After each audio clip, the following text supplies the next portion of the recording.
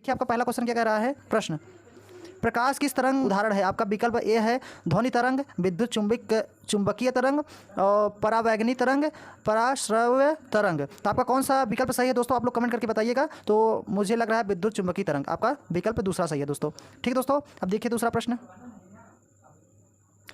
अब देखिए दूसरा प्रश्न आ गया, सर्च लाइट का परावर्तक सतह होता है। सर्च लाइट का परावर्तक सतह होता है। तो आपका पहला है उत्तल, अवतल, समतल, उत्तल अवतल दोनों। पहला ऑप्शन आपका है उत्तल, दूसरा अवतल, तीसरा है समतल, उत्तल अवतल दोनों। तो आपको दोस्तों कौन सा विकल्प लग रहा है सही, आप लोग कमेंट करके बताइएगा।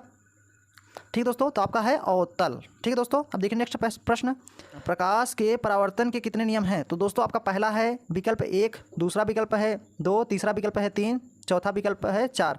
तो आपका कौन सा विकल्प सही है दोस्तों। प्रकाश के परावर्तन के नियम कितने होते हैं। तो आपका 2 नियम होते हैं दोस्तों। ठीक है, अब देखिए अगला प्रश्न, यदि किसी बिंब मतलब वस्तु होता है दोस्तों, बिंब का प्रतिबिंब का आवर्धन ऋणात्मक है तो उस प्रतिबिंब की प्रकृति क्या होगी। तो आपका विकल्प 1 दिया है वास्तविक उल्टा, वास्तविक सीधा, दूसरा है वास्तविक सीधा, तीसरा आभासी सीधा, और चौथा है आभासी उल्टा। तो आपका विकल्प कौन सा सही है दोस्तों, आप लोग कमेंट करके बता सकते हैं। ठीक है, तो आवर्धन ऋणात्मक प्रतिबिंब पूछ रहा है प्रकृति। ठीक है दोस्तों, तो आप लोग कमेंट करके बताइए।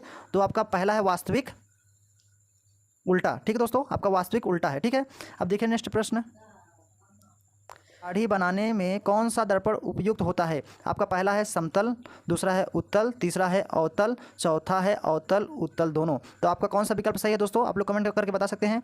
आपका है अवतल। ठीक है, अब देखिए अगला प्रश्न, निम्नलिखित में से कौन उत्तल दर्पण की फोकस दूरी जिसका व्यास 32 सेमी है, मतलब वक्रता त्रिज्या। देखिए निम्नलिखित में से कौन उत्तल दर्पण की फोकस दूरी है जिसका व्यास वक्रता त्रिज्या कितना है 32 सेंटीमीटर। निम्नलिखित में से कौन उत्तल दर्पण की फोकस दूरी है जिसका वक्रता त्रिज्या 32 सेमी है। तो आपका पहला है +8 सेमी, -8 सेमी, और +16, -16। तो आपका विकल्प कौन सा दोस्तों सही है। देखिए आपका एक फार्मूला होता था F = R/2। तो 16 से 2 को भाग करेंगे, 16 दूना 32, मतलब आपका आ जाएगा, ये उत्तल है तो प्लस में ही आएगा, तो आपका 16 सेमी आएगा। ठीक दोस्तों, विकल्प तीसरा सही है। अब देखिए अगला प्रश्न क्या कह रहा है, किस दर्पण में बड़ा प्रतिबिंब बनता है। तो दोस्तों आपका जो बड़ा प्रतिबिंब, जैसे हम लोग घर में रहते हैं उसमें क्या होता है, रोशनी जो है बड़ा प्रतिबिंब बनाने के लिए अवतल दर्पण का उपयोग करते हैं ना। तो आपका विकल्प कौन सा दिया है, पहला समतल, दूसरा अवतल, तीसरा उत्तल, और इनमें से कोई नहीं। तो आपका कौन सा विकल्प सही है, दूसरा। ठीक है दोस्तों, अब देखिए अगला प्रश्न क्या कर रहा है, दंत मतलब दांत होता है जो, दंत विशेषज्ञ किस दर्पण का प्रयोग मरीजों के दांतों का बड़ा प्रतिबिंब देखने के लिए करता है।